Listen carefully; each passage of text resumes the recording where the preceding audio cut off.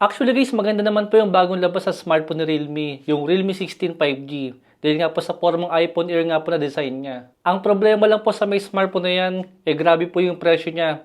Para sa higit 20,000 po na presyo ngayon. Dimensity 6400 guys yung kanyang processor. At kasing lakas lang po yan guys ng smartphone po ni Samsung na halagang 5,000 lang. Alam ko maganda ang display, maganda ang camera, malaki ang battery, pero grabe naman yung presyo niya guys para sa higit 20,000. To the point po guys na even yung camera po ni Realme 16 5G, kaya akala mo marami siyang camera module dyan sa may likod niya.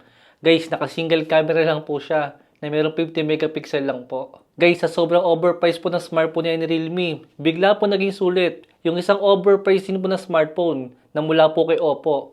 Dahil yung specs po ng smartphone na yun, saka po ito guys, hindi po sila nagkakalayo ng specs. Pero yung presyo nga po ni Realme is nasa lagpas 20,000 siya. At yung presyo lang po ni Oppo is nasa 15,000 lang po siya. Wala guys, kung Realme lang talaga ang gusto natin, bakit ka pa mag-Realme 16 5G kung napakamahal naman niya?